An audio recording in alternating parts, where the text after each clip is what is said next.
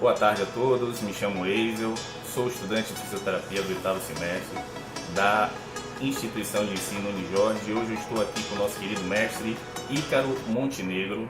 Agradeço a tua colaboração. Olá pessoal, tudo bem?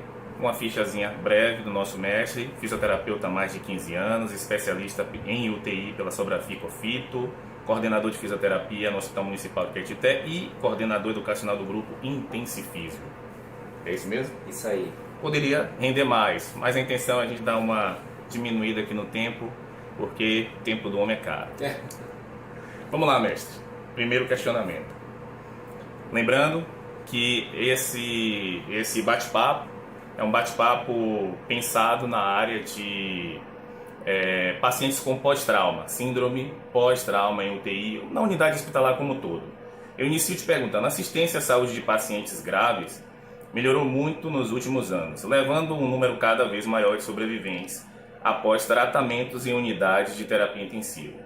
No entanto, muitos desses sobreviventes desenvolvem sequelas físicas e cognitivas que perduram por longos períodos após a alta da UTI. Qual o possível papel da fisioterapia na prevenção da PIX?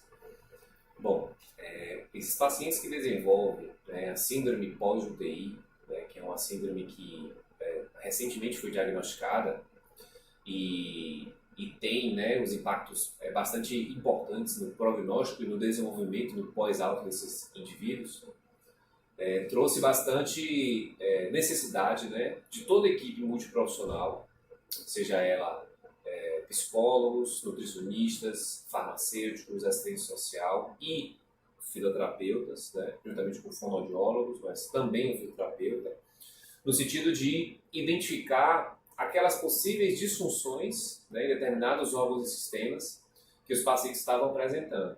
Então, se o paciente que desenvolveu essa síndrome pós-UTI tem uma deteriorização da função física, da função motora, seja ela osteomioarticular, a fisioterapeuta precisa avaliar e entender quais seriam os objetivos que nós, profissionais da reabilitação, iríamos traçar para esse paciente no pós-alta, a fim de devolver ele a função a qual ele tinha anteriormente. Ok, obrigado. Vamos dar continuidade, lembrando que, pelo que foi abordado aqui, ele necessita de um tratamento um pouco mais multi, não somente da área da nossa área terapêutica, da fisioterapia, mas o ideal é que ele tenha um tratamento um pouco mais amplo. Pensando nisso, eu gostaria de perguntar, caso o paciente apresente a PIX, quais seriam os mecanismos e procedimentos fisioterapêuticos para o paciente no pós-cuidado intensivo? Bom, a gente pode utilizar dispositivos respiratórios a partir de uma avaliação prévia. No momento que esse paciente já tem uma indicação de alta dentro do ambiente hospitalar ainda, é necessário que haja um entendimento do próprio hospital sobre os cuidados que serão necessários para o paciente quando ele for para o domicílio. Então, de posse dessa informação de que o paciente tem uma previsão de alta, nós, fisioterapeutas, começamos a fazer um plano educacional com esses pacientes e familiares, no sentido de auxiliá-los e treiná-los sobre quais seriam os principais dispositivos que ele irá precisar, seja dispositivos respiratórios, como terapias de reexpansão pulmonar, uso de dispositivos respiratórios para justamente favorecer tanto a reexpansão pulmonar e melhora da oxigenação, quanto a melhor capacidade de aptidão física.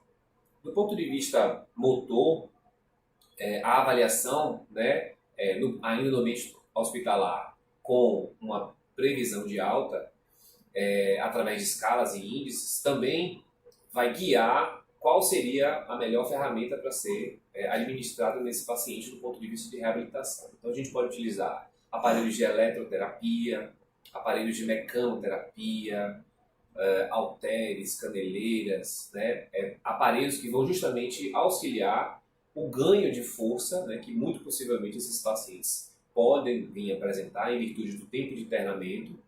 E o profissional de reabilitação, o fisioterapeuta, vai utilizar esses tipos de ferramentas com esse objetivo de devolver a ele a funcionalidade, a capacidade de locomoção adequada com um maior grau de independência possível.